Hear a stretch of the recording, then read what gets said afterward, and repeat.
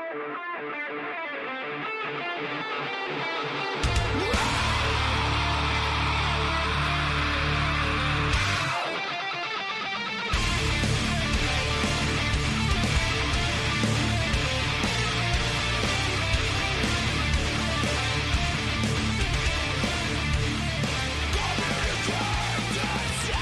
right, here we go. Today is Sunday, January 8th, 2017, and this is episode 181 of the Defensive Security Podcast. My name is Jerry Bell, and joining me tonight, as always, is Mr. Andrew Callett. Hello, Jerry, and Happy New Year, and it's been a while since we've been together, so hope you had a good holiday. I did. Hope you did too. Happy New Year to you and everyone listening.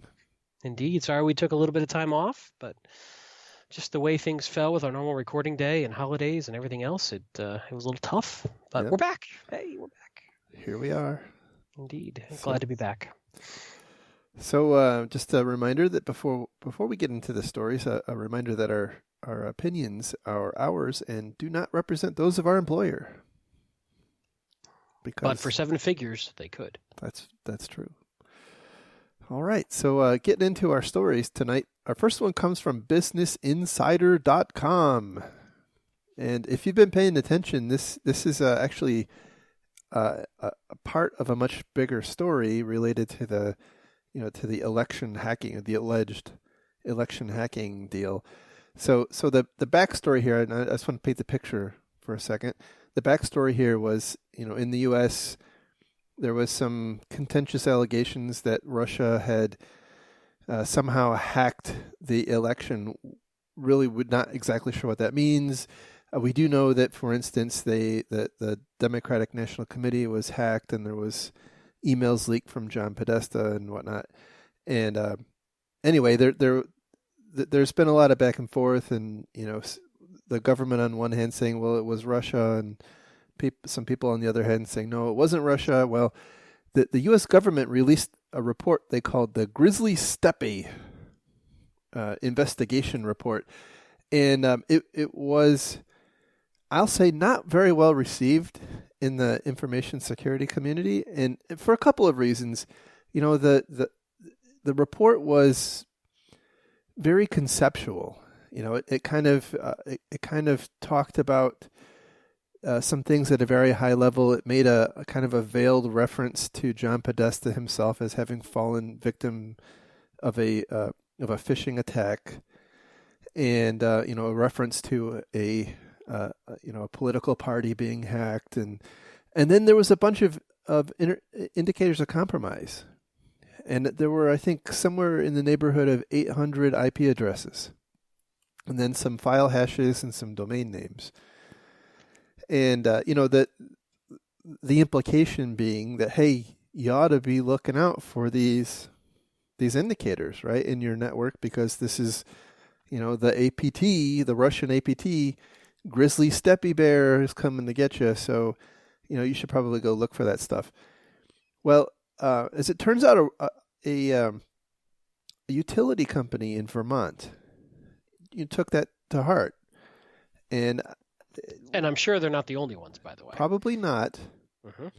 But so let's be clear. At this point now, we have the government issuing out IOCs as threat intelligence for, in theory, Russian government attackers. Yes, that's where we're at. Yep. Correct. Domain names, IP addresses, and some file hashes. Right, which a lot of folks then pump into their various monitoring tools. Yep. So they put that into their SIM and see what comes out. And, this Vermont utility did apparently just that. And they found a hit. They reported it to, I think it was to the Department of Energy, I believe. Wait, so they got a hit. They got a hit. And then the next thing they did was? They reported it. Oh, okay. And, all right. Wow. So clearly then the Russians were attacking this Vermont power company. Yeah, the Burlington Electric Department. Right, yes. Which is not to be confused with a space and monopoly. So So then, of course, the cyber SWAT team from the DOE must have shown up. They flew in, and I'm not sure if it was the DOE or the DHS. Anyway, some government entity, they reported it to, kind of flew in and I guess started doing some investigations. However, at some point, someone associated with this investigation leaked to the media that this Russian group was found hacking into the U.S. power grid. Right, that a system connected to the power grid had been hacked by the same group that had hacked the DNC. Well, of course, right? They've got the IOCs and they got a hit. Sure. Wait. Did anybody actually check on anything first? Well, so according to a post from the Burlington Electric Department, they actually said that this hit was triggered by an employee's laptop when he checked his Yahoo account, and that laptop was in no way connected to the power grid, and they're not entirely sure why someone from the government actually reported that in the first place. Wow. So let's get this straight. The IP address in the IOC that they searched for was actually an email server for Yahoo. Well, we're not entirely sure if it was a web bug or something along those lines. Right, but something involved with the Yahoo infrastructure. Well, that part's not clear to me. Okay. But what is clear is when they investigated this laptop, they actually found that it had been infected with Neutrino. The exploit kit, right? Or I should say infected by Neutrino, because Neutrino doesn't actually install on your computer. However, that appears to have been coincidental. Yes, correct. But so there's been a lot of stuff written about the IOCs that were provided by the government, and I believe it was approximately a third of the IOC or the IP addresses are actually Tor exit nodes. Nice. And then there's a whole bunch of other odds and ends. Possibly shared, shared compromised systems and whatnot. So really low quality indicators. And I think that the challenge here, and the reason I really wanted to bring this up is that, we in the industry are really wrapped up in the concept of threat intelligence right now. Sure. It's the buzzword. It is automated threat intelligence. How else can you possibly stay ahead of the bad guys? Right. But there's some peril in there, right? You have to impart some oversight and intelligence into looking at that. If you just looked at it, was really simple just to do a reverse IP or reverse DNS lookup on the IP addresses, and they actually have Tor in the name. Like they're very clearly Tor. Now, certainly people could, fake that. That wouldn't be hard to do. But, my suspicion is that, yes, there may have been some traffic emanating from these IP addresses that the government had seen at some point, right? But I'm going to guess you see lots of crap coming out of Tor exit nodes. Well, but let's back up just a moment too and look at the fundamental aspect here. So somebody downloaded this IOC list, threw it into their SIM, and then without even doing any sanity check at all, reported a hit directly to a federal agency. Correct. And this turned out to be a complete false positive of somebody just checking Yahoo. Yeah. So And then somebody in the feds leaked this to the press, again, without doing any actual verification or sanity checking. Yeah. And by the way, I think this is one of the reasons private companies are very hesitant to go to the government with stuff, right. You know, with yeah, they all look stupid like right now. But I think at a bigger, in a bigger picture view, this is why threat intelligence needs to be vetted, and it needs, it's an indicator. It's not an absolute. Correct. And it's a piece of data that may lead to something to go take a look at, but it doesn't automatically mean that something bad is going on. Correct.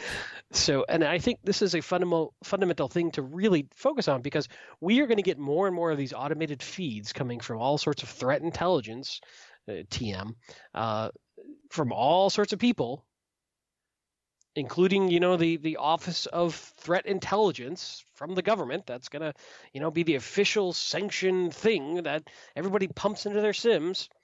And we're going to be chasing our tails if we act like this. Yeah, and then having the Washington Post writing a story about you. So I mean, I get that it's entirely possible to have IOCs that are bouncing off completely legitimate servers, and they could very well have been used in the past for something discrete. But if you don't classify these IP addresses in some way, like multi-use, massive service provider, there's got to be context around these IP addresses.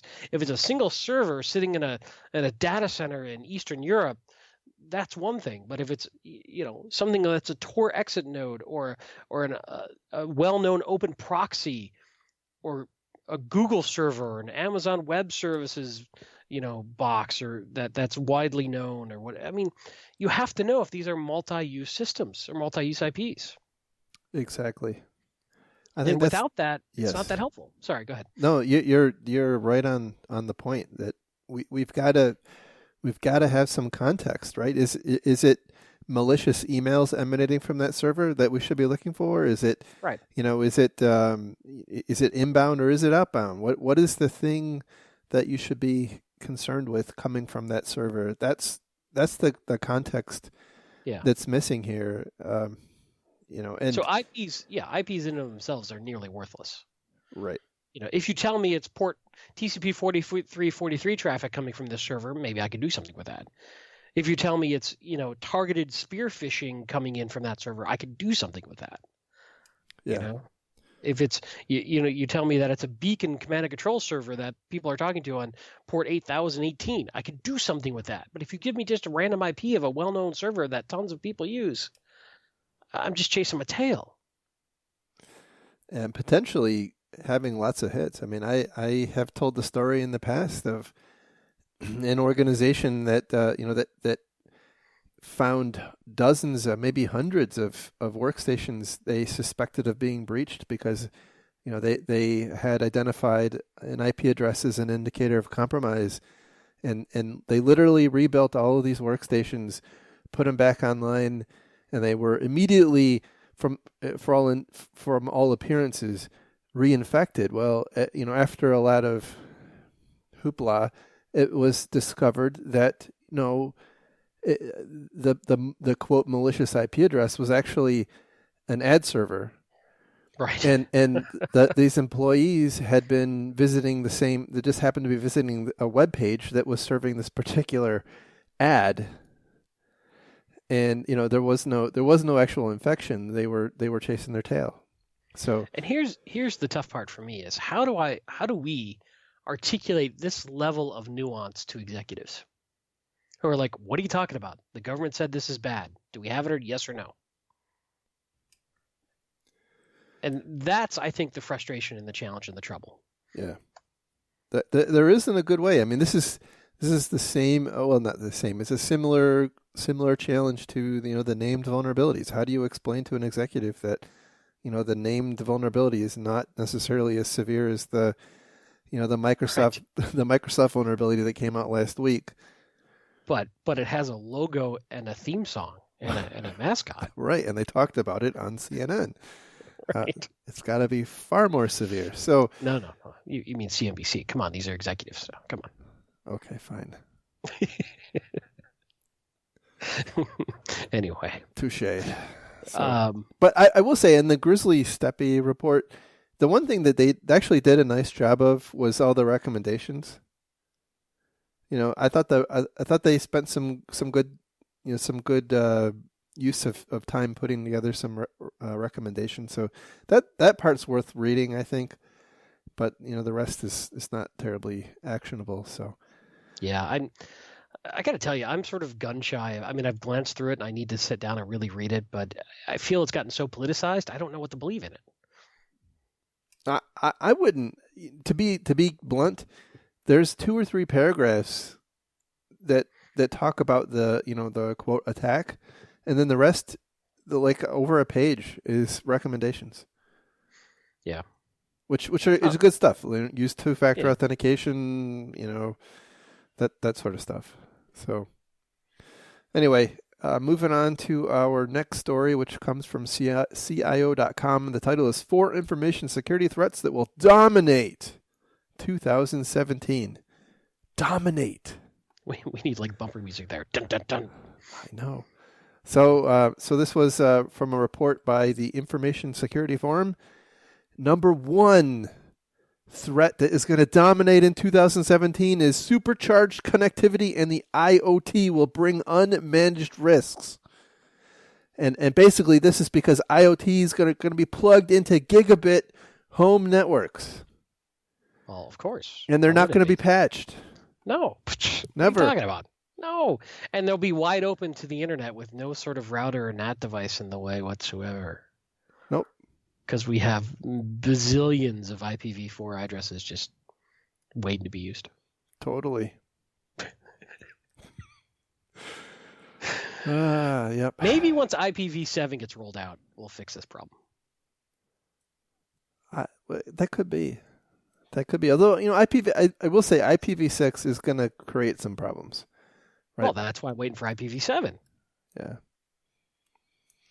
Or 8. I mean, I like things to get, really well, this is going to have to be, Power 2, right? Well, actually, IPv6 was in a Power 2, so I don't even know where that came from. Wow. What were they thinking? Anyway. So number 2, crime syndicates will take quantum leap with crime as a service. Actually, we've been talking about this for quite some time. Basically, they're talking about the industrialization of attacks. Well, this one's pretty safe because it's already happened. Yeah. I mean, that's a pretty safe prediction. Yeah. Speaking of things that have already happened, number 3, new regulations will bring compliance risks. Well, this is an interesting challenge there because there's a lot of I work for a financial institution and so we have a tremendous amount of regulatory load on us from an information security standpoint, and I definitely see this as a real challenge because one thing that I see in general is that the regulatory bodies that are pushing various compliance are often fighting the previous set of threats. So we'll talk about this actually in a story coming up, but this, I think, is actually fairly real. I think that there is going to be more just do something coming from certain organizations. No, but I think it's a safe prediction though because it's already sure. Yeah. And the GDPR, the General Data Protection Regulation in the European Union, it's already been passed. We already know that the fine structure is going to be 4% of your annual revenue worldwide. Right. Which is wow. Yeah. So I think that the net point there is that right now you have to worry about being breached, and you can get fined if you have a breach, and you can count on brand damage and lawsuits and those sorts of things. But as time goes on and these regulations are maturing, it's not only the threat of those breach related costs. Now you also have the threat of significant financial harm or financial costs incurred just from not being compliant.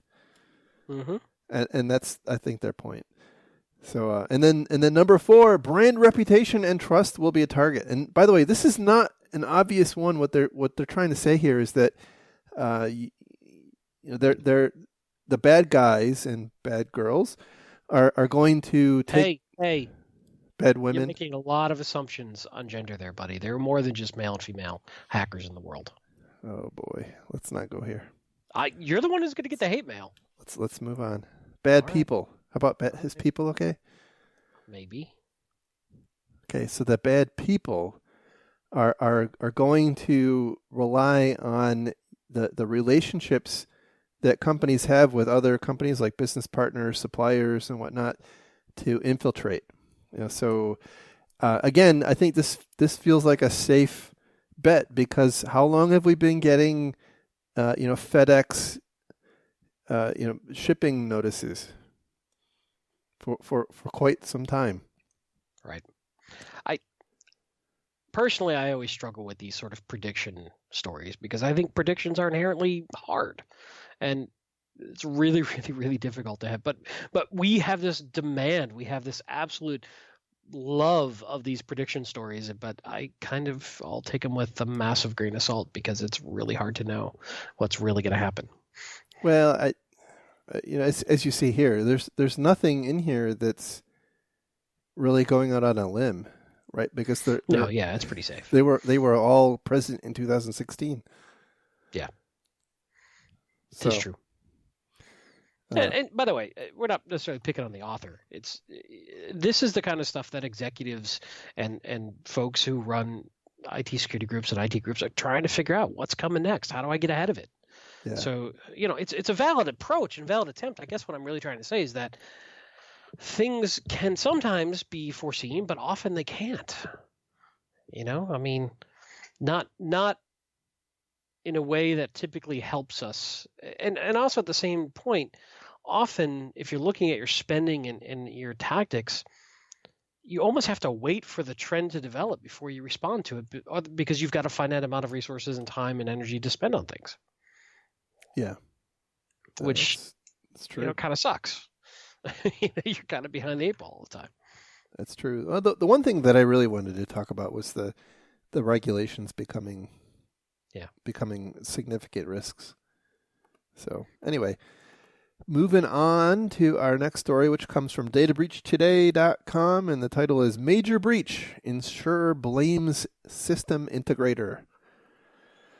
Oh boy. So Community Health Plan of Washington, it's a nonprofit health insurer, outsourced a server to a company named Transaction Applications Group, which is a subsidiary of NTT, to process claims for the insurer. And apparently, sometime on January 16th of 2016, that server was I don't know if it was breached or if just inappropriately accessed somehow. That there's really no details yet. Anyhow, some attacker had obtained access to 381,534 records, individual records, which included things like name, address, social security number, and some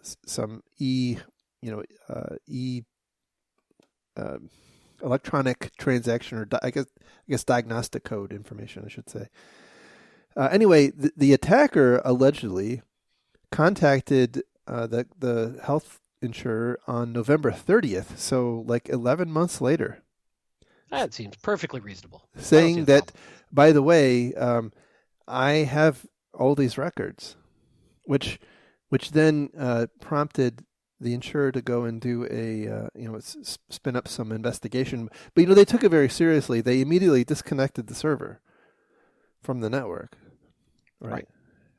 And so anyway, in the ensuing investigation, they found that apparently that yes, these records had been accessed, and they were going to have to provide credit monitoring to all these people.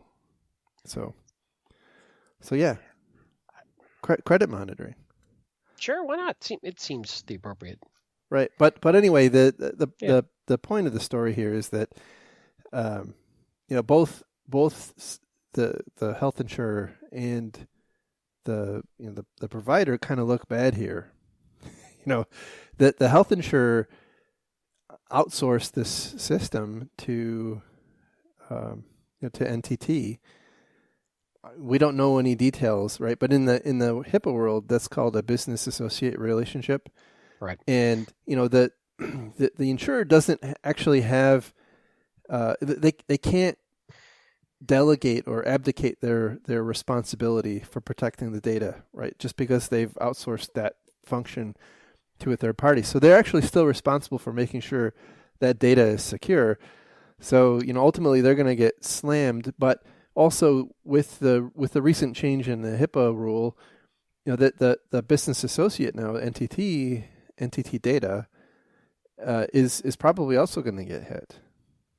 I don't think there hasn't actually been any, adjudication of this, so we don't know what the fines will be yet or anything like that. But point is, the reason I wanted to bring it up, as time goes on, I see a lot of organizations starting to outsource big parts of its IT infrastructure. And the one thing I wanted to really hammer on is that, just because you've outsourced the function, you have not abdicated your responsibility. You are still responsible for the security of that thing. You, as the as the insurer or the company, are responsible for making sure that provider is operating in a secure way, and that can be a tough thing.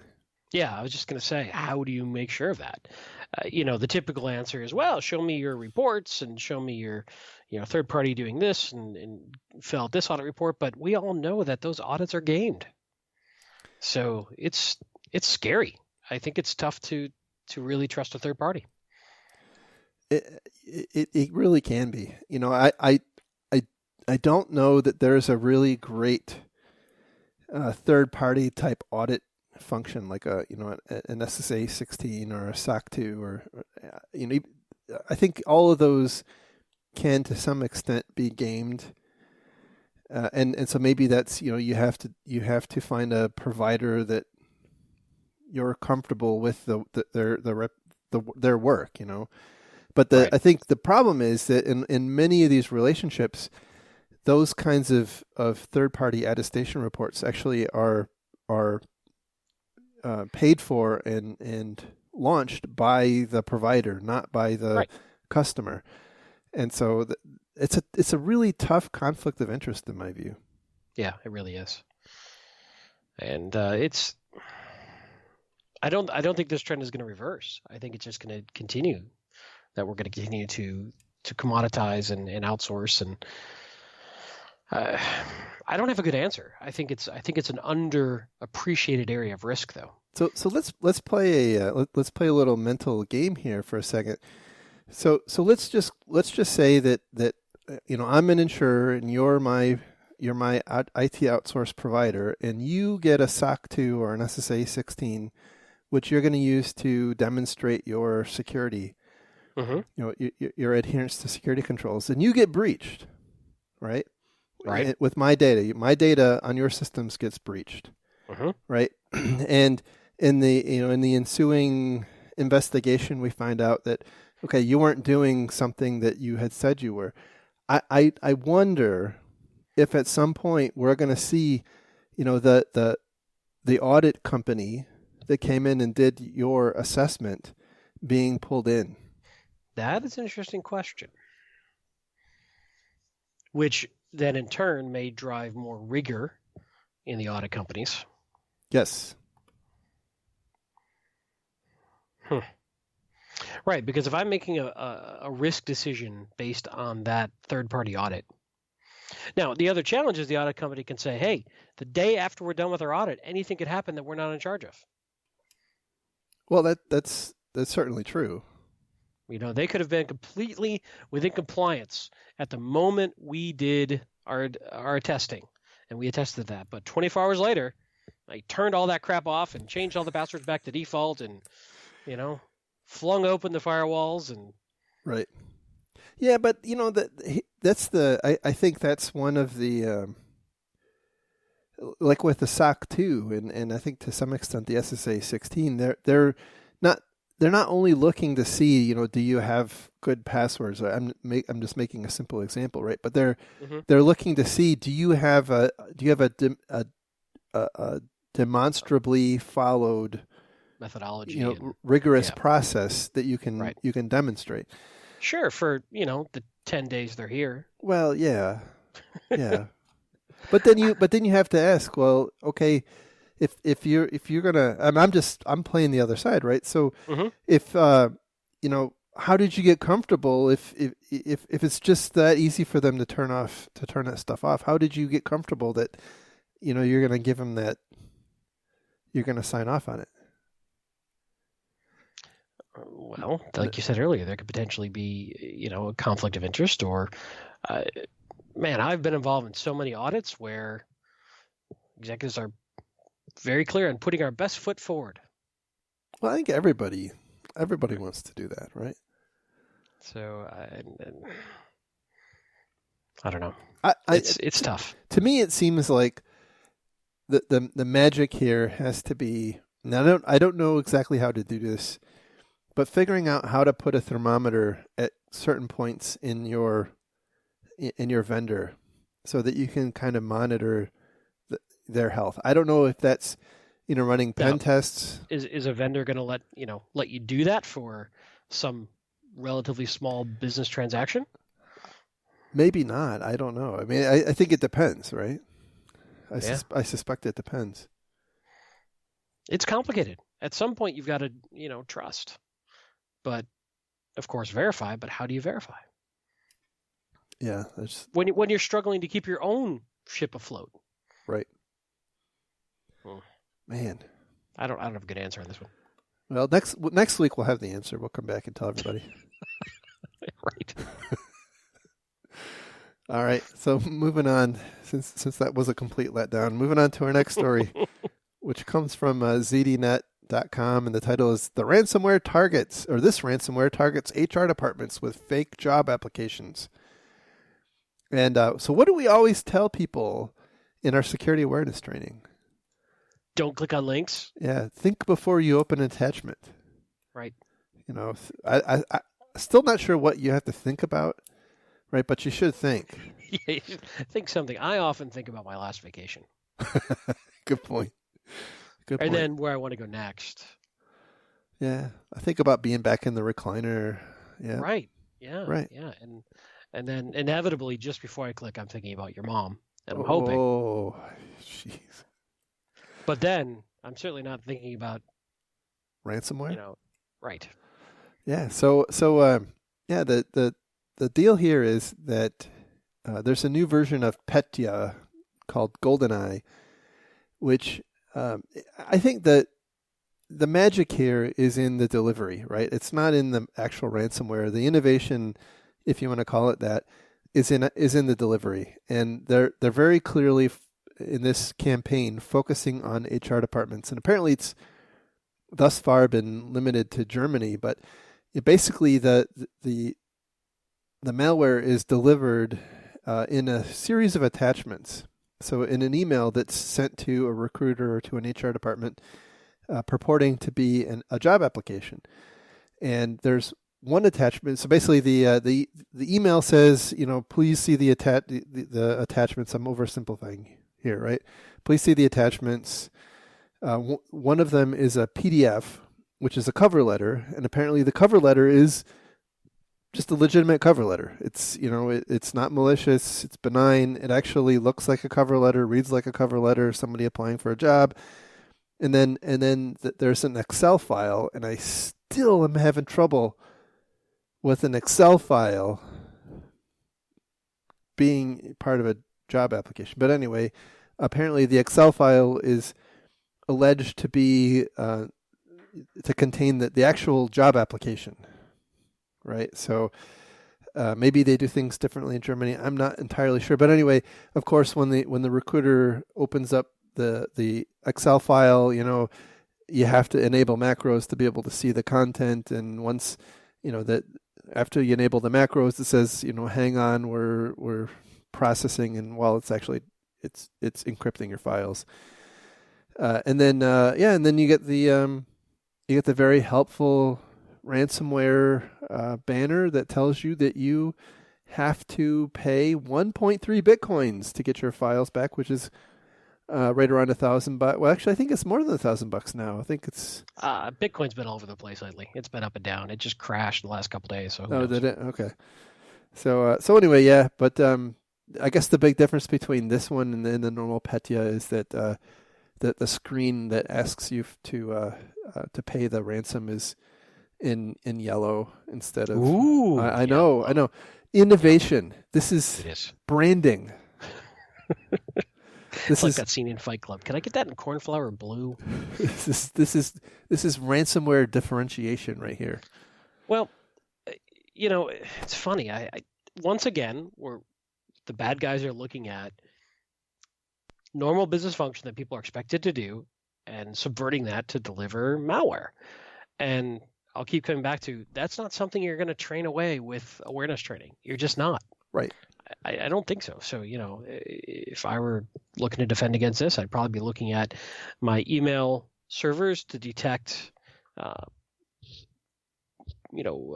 basic Office attachments that have macros enabled and block them or strip them or turn off the ability to even enable macros. How often do companies really use macros? And maybe a lot, but yeah, I don't know. I suspect HR departments probably don't. And in fact, in Office 2016 and Office 2013, I'm not an expert on this, but there is functionality you can turn on that says if this is not a file created internally, disable macros. Yep, that's right. So, yeah. But this is exactly how things are going to keep happening. It makes perfect sense to attack this way because HR folks need to look at attachments. Right. Unless they have an incredibly difficult to use job application system that makes you retype everything 6 ways anyway. That never happens, does it? And then attach. I love the job applications that make you retype everything in a resume and through all their own fields, and then attach the resume at the end as well. Yes, that's right. That's I don't really understand that either, but really, really helpful. But I digress.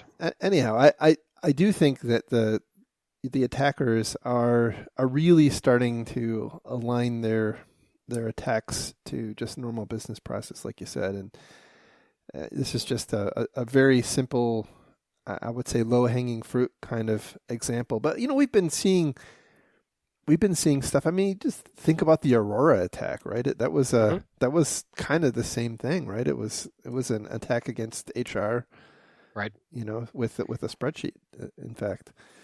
So, it's not necessarily new and novel. I think this is what might be new and novel is that this is not a targeted attack, right? This is like a commodity, large scale commodity attack that's focusing on a particular business function. So, right. I suspect that we will be seeing more of this. Indeed. So I agree. Put your helmet on. As long as you don't enable macros in your helmet. True. The next two stories we have that are actually blog posts from Securosis, and I thought they were so a little bit of context, right? This is apparently the first two in a series of I don't know how many blog posts they're going to write about the future of IT and how security needs to morph to support the future of IT. But I thought these were really good because I know with a lot, especially when we have this really awesome Slack community now, and there's like 500 people in it, and we talk a lot about jobs and what should we be learning and things like that. And so I thought this was really really very relevant because the point of these articles is that the world is changing. The back office data center is not in your data center anymore in large measure, right? The back office is your email system is Azure or Google or something like that, and your ERP is Salesforce.com, and your file server is Dropbox or Box.com, and and on and on and on, and there's much less stuff in your own data center that you can actually put your hands on. And so all of I guess not all, right, but many of the things that we've grown up and gotten accustomed to in terms of how do we protect our IT infrastructure don't really apply to that kind of model because, there's no choke point. There isn't like a single choke point anymore. There's a whole bunch of choke points spread all over the damn place. And so that's they don't have so far, right? They're explaining the problem, I guess. Right, and also in terms of the fact that the various InfoSec vendors are going to have a lot of problem adapting to the new world. So the folks you normally go to for solutions are going to have a lot of trouble adapting to this new world. But this new world is coming. I thought that was one of the more interesting comments. Yeah. I forget which article that was, the first one or the second one, but they basically said that they've talked to some InfoSec vendors who couldn't change to support the new model if they wanted to, because the boards, the board of directors just are not tolerant of the change in business model. Presumably, right, like going from you're going to sell the $150,000 box to a virtual service that you're going to bill by the hour. Right. Kind of the cloud-based model. And so that, I think you're right on that. This is the problem we've got. So, as IT people, we're very, we're like, for me, right, I'm kind of old school, and I'm really trying to get up to speed with the new way of the world. But we also have the vendors, the consultants and the technology vendors who are also stuck in the past. Some are, but then again, there are others who are pushing this new model. And Correct. are talking to our IT folks and our CIOs. Yes. And are pushing the flexibility and the cost reduction and all this sort of thing that they're adopting. And I actually think they're onto something here. I think that this is a very interesting article and thought process that they're going down. And I think they're probably right that we are shifting to this service on demand and infrastructure on demand and software on demand model that the vast majority of our inline security devices, networking security devices, just don't apply to. Absolutely. We can't put everything back behind a firewall. So there's a lot of interesting things in here that they talk about. I'd recommend people read it and follow this through. And by the way, in general, Securos is a really interesting blog, and they write a lot of reports that are really helpful and useful, and that they publish for free based on, they're basically financed by various folks and looking at various, ways that they can spread information out there. But long story short, somewhat distracted from my thought here, sorry. There's a couple of things that they talk about, which is that a lot of the centralized infrastructure that we normally have in our data centers is going to move to third parties, and maybe many third parties. So it really comes down to protecting at the endpoint, which could be anything from a tablet to a phone to a computer to a laptop to a kiosk, whatever it is. But man, that's a tough thought for me, because we've always been taught if somebody else controls that endpoint, how can you ever really trust it? Which is why network security tools were something that we could trust. We knew that they most likely hadn't been subverted, hadn't put software on it that we didn't control. So that's one interesting thought I had about this, and I don't have a good answer yet. But they're right. We're losing that ability to throw network devices in the path to inspect and control things. The next thing that I thought about is that we're kind of separating approaches now. There's an approach to secure our data and secure our quote-unquote servers, wherever they're going to end up living, and how we handle that, and a secondary approach, or a different approach, to secure our users and how they go access things. And they're going to be very different mindsets and very different pieces of infrastructure using those two different security approaches, and they're very, very disparate. So one thing that I think that we're seeing is all the data and all the servers and everything going to, in essence, the cloud and being virtualized is we have got to get user authentication right. Yes. Because that's what's really going to come back down to, because we can't do much else. That's right. If we don't have good user auth, because all of it's going to come back to user rights, it seems, right, the way things are going. Right. Your infrastructure is going to be spread all over the place, and the only thing that's common will be the authentication. Right. That's all you've got. So there, I will tell you, there is a lot of, and they make reference to the zero trust network concept, and there's a lot that's been being written about this, and it's still kind of developing. But I think this is, I see this in my own organization. There's a lot of pressure behind this. This is not a fight. It's not a fad. that's going to go away. No, I think you're right. We've got to get on the bus as IT security people, or we're going to get left behind. You're right. Organizations will find people who can help facilitate this if we're not there. The other thing that I think interesting about this, and I was sort of hinting at this in an earlier story, is that if you look at how different organizations can adopt new models, you've got folks who are either highly regulatory, in a high regulatory environment, have a lot of compliance requirements around them, and then you got folks who have none, and you got folks in the continuum someplace in between. I think about this because, again, I work at a bank. We have so much regulatory requirements around us that change incredibly slowly. It may be very different for us to adopt new models because we've got to maintain the traditional methodologies we can prove. While competitors, or potentially competitors, who aren't beholden to this model because they don't have the regulatory overhead, may be able to go do it. Or we're going to have to support both. And now we're spreading ourselves thin from an info security standpoint, trying to adapt to this new model while also maintaining the old model. It's going to be an interesting world. I don't have a solution yet for it, but I completely agree with you, Nick. You thought that those of us in this industry have got to start getting our heads around where it's going, or we are going to get left behind.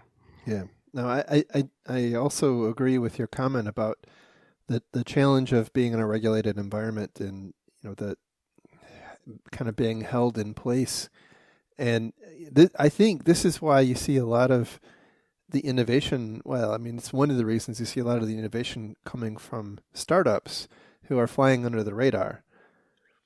Yep. Where they're not. They haven't gotten the scrutiny of a regulator yet, and by the time they get to any sufficient size, now they have some track record. They can go to the regulator and say, let's talk about, what we've been up to, and we can demonstrate what we're doing. Whereas if you're a legacy organization and you want to talk to your regulator about, moving over to blockchain, well, that's a really interesting discussion. And I suspect at some point, they'll get the regulators will get there, but it's just going to take a long time. And like you said, it's difficult because you end up spreading yourself thin. You're operating in two worlds. You can't just cut over to one from the old to the new without the blessing of a regulator. That's the big problem. Right, which inevitably is going to cause disruption in the marketplace. And that's right. And it's very possible that you will have businesses that will fail or be dramatically hurt competitively because of regulatory oversight, whereas the competitors don't have it. Correct. Yep. So anyway, like you said, these are really good blog posts. I think we talked about a lot of the key things, but the one thing that I really wanted to impress on everybody is that times are changing. The cloud model, I guess that's probably the most significant component of it, is really driving some really significant differences. And I think there are a lot of people who are on the bus, but for those of us that aren't yet, we've got to get there. So anyway, I've been reading some books. I'll make mention of those in the next shows. But moving on to our last story for the evening, and this one actually comes from Errata Security, and the title is Notes About FTC Action Against D-Link. So for those who may or may not know, the FTC has filed a lawsuit against D-Link effectively for their products being insecure. But the point of this blog post is that it's really not. It's not what it seems. It's not that D-Link is their products are insecure per se. It's more that that D-Link is marketing their products as secure, and they're also making claims in their documentation that if you do X, for instance, if you change your password to something that's good, your router will be secure. Changes the default administrative password? Well, yeah, for example. Yeah. Yeah. Right. Your router will be secure. And at the same time, the router has, other, hard-coded credentials, or, other, I think it was D-Link had the running spate of web vulnerabilities, or maybe that was Netgear. Anyway, one of the vendors. But point is, the FTC is going after D-Link, basically saying they are unfairly competing in the market. Well, yeah, they're doing unfair and deceptive business practices, right? By promising security in their marketing that doesn't exist. Now, of course, how the FTC can define what security is, especially when there was no standard and there's no, Rob makes some really good points in this. Rob Graham, who wrote this article, makes some really good points about the fact that the FTC in general is coming up with a standard after the fact. They're punishing D-Link based on the concept of what they perceive to be secure, without any sort of industry standard to measure them against. Well, this is similar to to be candid, right? I agree with Rob to a point, but I think that one point Rob is missing is that it's not if you contrast this, let's say, against HIPAA or PCI or even the GDPR in Europe, they all have some level of prescriptive controls, right? And I think what he's saying is that in the case of the FTC, they're not publishing those prescriptive controls. The difference is that all those prescriptive controls do is, in the case of PCI or HIPAA or GDPR, they give something objective to audit you by. Right. In every one of those cases, you can pass an audit, still lose data, and still be fined. Sure.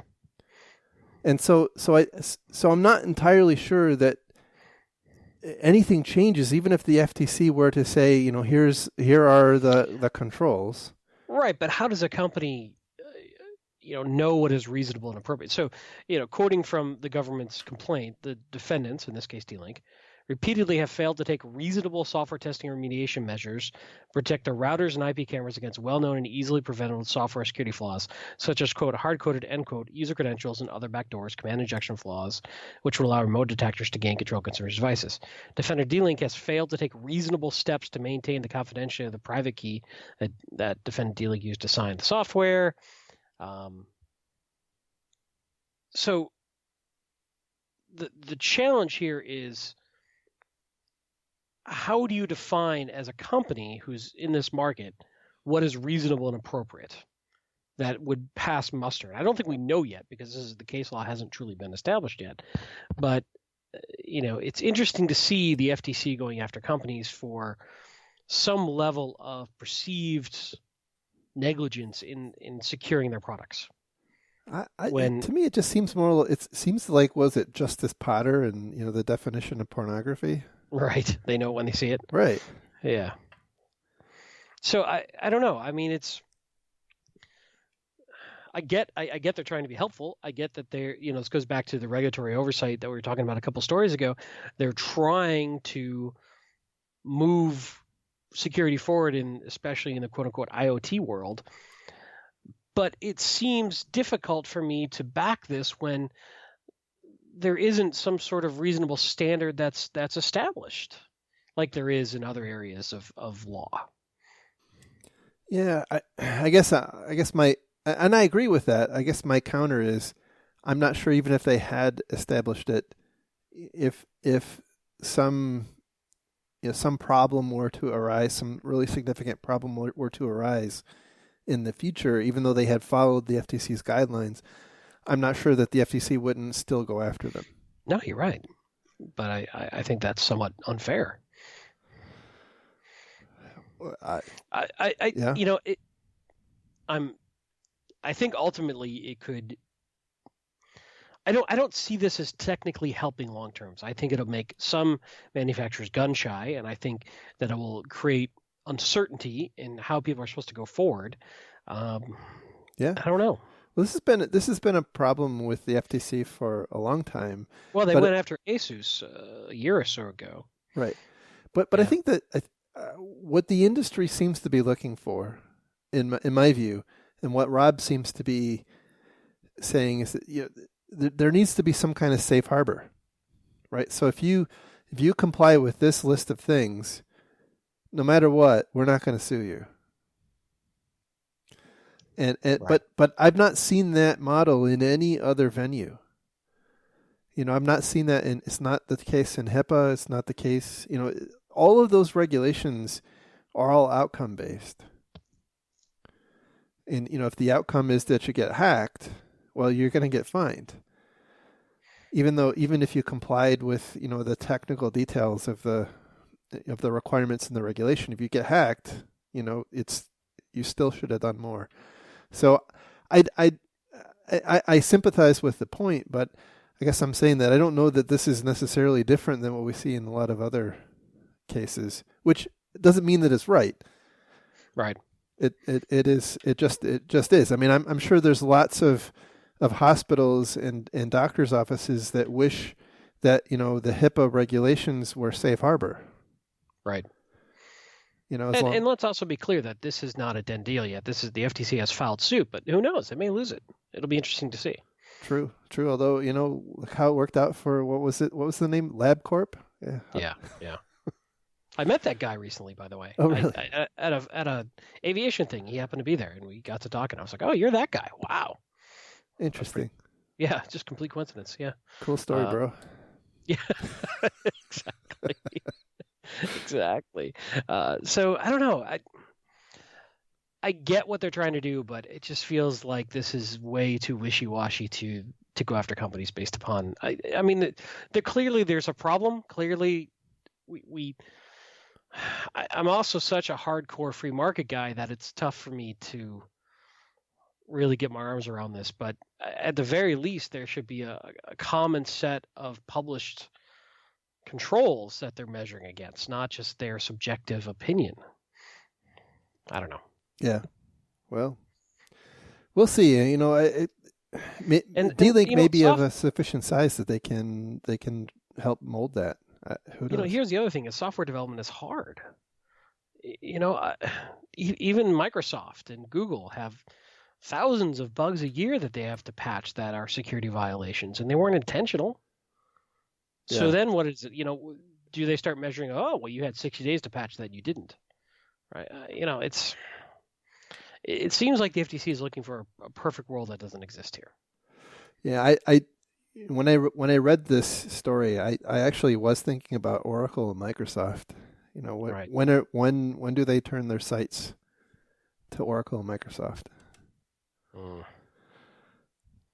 Anyway. Well, those are U.S.-based companies, and D-Link is Taiwan-based, so maybe that has something to do with it. Good point. I don't know. Just speculating. All right. Well, that was the last story for this week.